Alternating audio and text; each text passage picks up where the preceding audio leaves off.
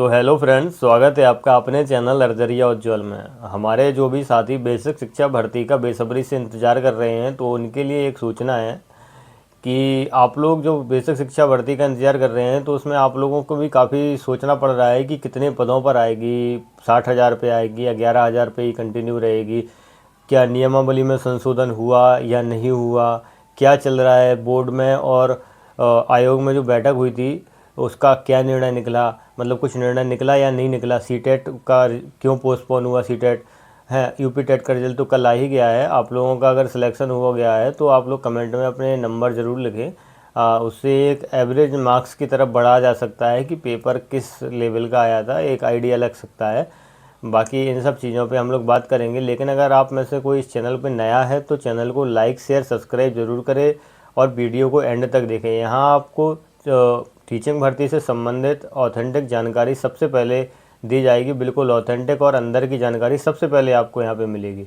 हाँ, तो बेसिक में कोई अपने वहाँ पे ऑफिस में दोस्त हैं, मित्र हैं, कुछ भी कह लीजिए, आप साथी हैं कुछ, तो उन लोगों से पता चला है कि अभी कोई निर्णय आपके उस पे नहीं हुआ है नियमावली पे, कि जैसा कि आप लोगों की नियमावली पे एक निर्णय होना था। आपको पता है 11 अगस्त को एक मीटिंग हुई थी आप लोगों की, मतलब आयोग की और बोर्ड की एक मीटिंग हुई थी। तो उसमें क्या निर्णय निकला था कि हम लोग 10-15 दिन के बाद अभी आपस में समझौता करके इस पर एक निर्णय पे हो जाएंगे, निर्णय ले लेंगे, मतलब गुणांक को हटाएंगे या नहीं हटाएंगे, इस पे हम लोग एक सहमति जताएंगे।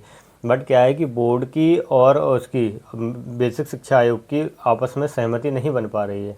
तो इस चक्कर में क्या हो रहा है कि वैकेंसी भी लेट हो रही हैं। अभी कुछ समझ में नहीं आ रहा है कि क्या करा जाए।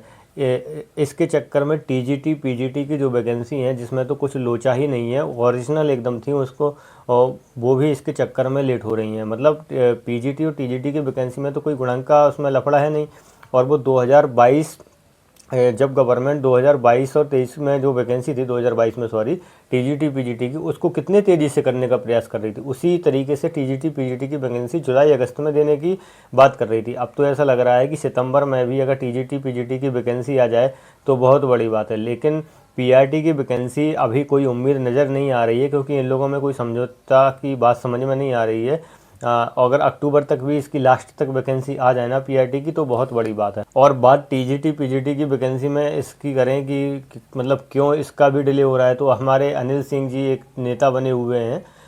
इधर प्रोटेस्ट करो, इधर ट्वीट करो, वो करो वो करो, पीआरटी के साथ इन्होंने टीजीटी पीजीटी की वैकेंसी को फंसा के रख दिया है।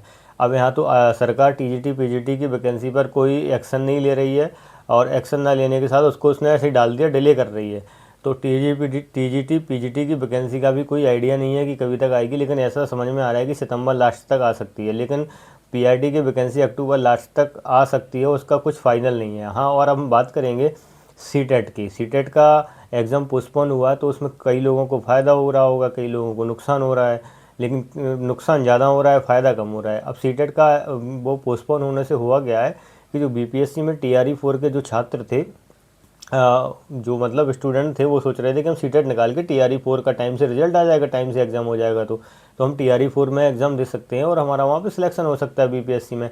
लेकिन अभी क्या हुआ है कि 1385/2025 टेट वाले छात्रों ने केस करा था। तो क्या हुआ, इसको पोस्टपोन कर दिया गया और अनिश्चित काल के लिए पोस्टपोन कर दिया गया। अभी कोई नई डेट नहीं आई है, जब आएगी आपको बता दिया जाएगा।